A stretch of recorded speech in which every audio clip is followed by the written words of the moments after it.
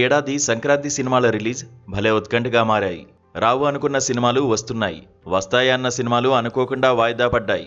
టాలీవుడ్ సినిమాల విషయం పక్కన పెడితే తమిళ సినిమాలు మాత్రం ఈ సంక్రాంతి విడుదలకు చాలా ఇబ్బందులు పడుతున్నాయి. విజయ్ జననాయకుడు సెన్సార్ చిక్కుల్లో ఇరుక్కున్న విషయం తెలిసిందే. ఎంత ట్రై చేసినా కూడా అనుకున్న టైంకి రిలీజ్ చేయలేకపోయారు మేకర్స్. ఇక పరాశక్తి సైతం వివాదంలో ఇరుక్కున్న విషయం కూడా విదితమే. ఏదో విధంగా అన్ని అడ్డంకులను దాటుకుని ఎటకేలకు జనవరి 10న రిలీజ్కి నోచుకుంది. ప్రస్తుతం కోలీవుడ్లో పొంగల్ బరిలో పరాశక్తి ఒక్కటే దిగింది.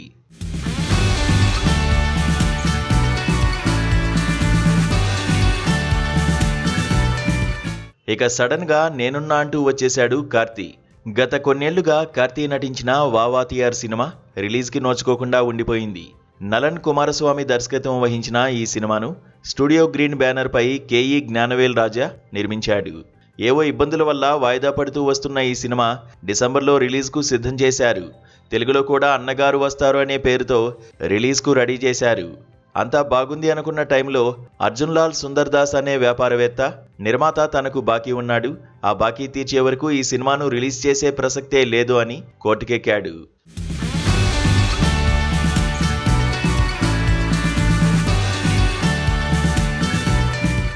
సరే, చిన్న అమౌంట్ అయితే సెటిల్ చేసి రిలీజ్ చేయొచ్చు కదా అనుకుంటే పొరపాటు.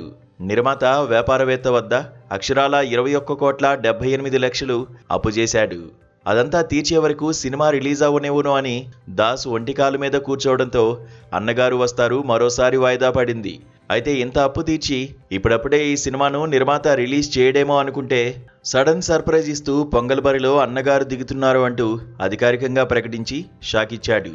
జనవరి 14న వావాతియార్ తమిళ్లో రిలీజ్ కానుంది. నిజంగా ఇది కార్తీకి లక్కీ ఛాన్స్.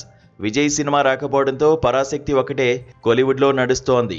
అది టాక్ బాగుంటే ఓకే, లేదంటే వావాతియార్ మంచి కలెక్షన్స్ రాబట్టే అవకాశం ఉంది. అందుకే ఏదో విధంగా జ్ఞానవేల్ రాజా ఆ మొత్తం అమౌంట్ని సెటిల్ చేసి సినిమాను రిలీజ్కు సిద్ధం చేస్తున్నట్లు తెలుస్తోంది. మరి ఈ లక్కీ ఛాన్స్ను కార్తీ వాడుకుంటాడా లేదా అనేది చూడాలి.